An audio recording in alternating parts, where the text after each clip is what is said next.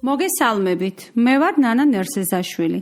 დღეს ლელიანის სათემო რადიო მისი ხმა აგრძელებს ფინანსური განათლების გადაცემებს თემით საქართველოს ეროვნული ბანკი და მომხმარებელთა უფლებების დაცვის წესი.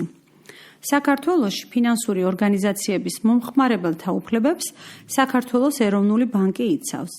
მის მიერ შემუშავებულ ძირითად რეგულაციას კი როგორც მომხმარებლების უფლებების დაცვის საკითხებს აწესრიგებს ფინანსური ორგანიზაციების მიერ მომსახურების გაწევისას მომხმარებელთა უფლებების დაცვის წესი.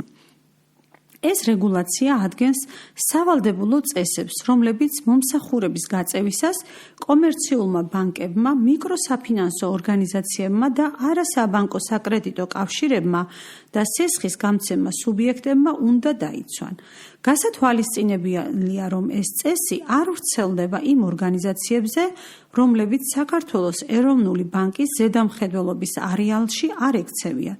მაგალითად, სალიზინგო და სადაზღვევო ორგანიზაციებზე მომხმარებელთა უფლებების დაცვის წესი ისეთ მნიშვნელოვან საკითხებს მოიცავს, როგორებიცაა ფინანსური ორგანიზაციის მიერ მომხმარებლისთვის ინფორმაციის სრულად, გასაგებ ენაზე და დროულად მიწოდება, ფინანსური მომსახურებების რეკლამირება შეთავაზებისას, პროდუქტთან დაკავშირებული ხარჯების ნათლად წარმოჩენა, ხელშეკრულების გაფორმებისას გარკვეული სტანდარტების დაცვა.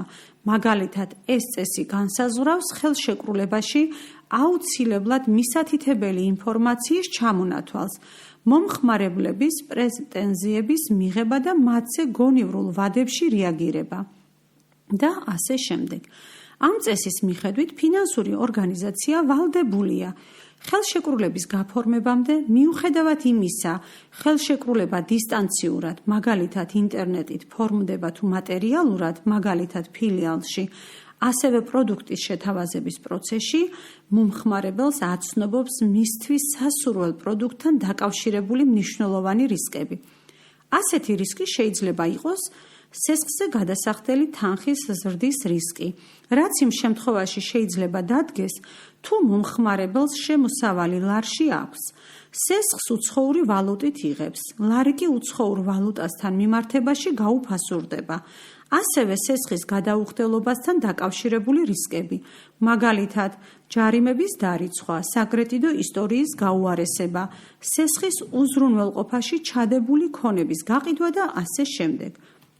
გარდა ამისა, ფინანსური ორგანიზაცია ვალდებულია მისი მხრიდან სადეპოზიტო ან საკრედიტო ხელშეკრულებაში ცალმხრივი ცვლილებების შეტანამდე მომხმარებელს მიაწოდოს ინფორმაცია პერსონალურად, მომხმარებელთანვე წინასწარ შეთანხმებული არხით, წერილობით, ელექტრონულად ან ზეპირად. ამრიგად, ფილიალში ან ვებგვერდზე ორგანიზაციის მიერ გამოქვეყნებული განცხადება არ ჩაითვლება მომხმარებლის ინფორმირებად. აქვე უნდა აღინიშნოს, რომ საკონტაქტო მონაცემების ცვლილებების შემთხვევაში ფინანსური ორგანიზაციის შესაბამისი ინფორმირება მომხმარებლის პასუხისგებლობაა. მომხმარებელთა უფლებების დაცვის წესი განსაზღვრავს საკომისიოს მაქსიმალურ ოდენობასაც, რომელიც ფინანსურ ორგანიზაციას შეუძლია დააწესოს, თუ მომხმარებული ვადაზე ადრე დაფარავს სესხს. მომხმარებელთა უფლებების დაცვის წესის დეტალურად გასაცნობად შეგიძლიათ ეწვიოთ საქართველოს ეროვნული ბანკის მომხმარებლების გვერდს. რა პასუხისგებლობები აქვს მომხმარებელს და რა უნდა გაითვალისწინოს მან. როგორც ზემოთ აღნიშნეთ, მომხმარებლებს ფინანსურ ორგანიზაციებთან მიმართებაში გარკვეული უფლებები აქვთ და ფინანსური ორგანიზაციების მიერ ამ უფლებების დაცვა შესაბამისი რეგულაციით არის უზრუნველყოფილი. თუმცა არანაკლებ მნიშვნელოვანია მომხმარებელმა გაიაზროს, რომ უფლებებს პასუხისგებლობებიც თან ახლავს და რომ თავადაც უნდა იზრუნოს საკუთარი უფლებების და ინტერესების დაცვაზე. ამ პროცესში კი ამომწურავი ინფორმაციის მოძიება და პასუხისგებლობაზე დაფუძნებული გადაწყვეტილებების მიღება ყველაზე სწორი ტაქტიკაა. ფინანსური მომსახურების მიღებამდე მომხმარებელი აუცილებლად დეტალურად უნდა გაეცნოს შემოთავაზებული მომსახურების ყველა პირობას, ერთმანეთს შეადაროს სხვადასხვა შემოთავაზება დასვას შეკითხვები და მოითხოვოს საკუთარ შეკითხვებზე დეტალური პასუხის მიღება. ამით დღევანდელი გადაცემის თემაც დასასრულს მიუახლოვდა.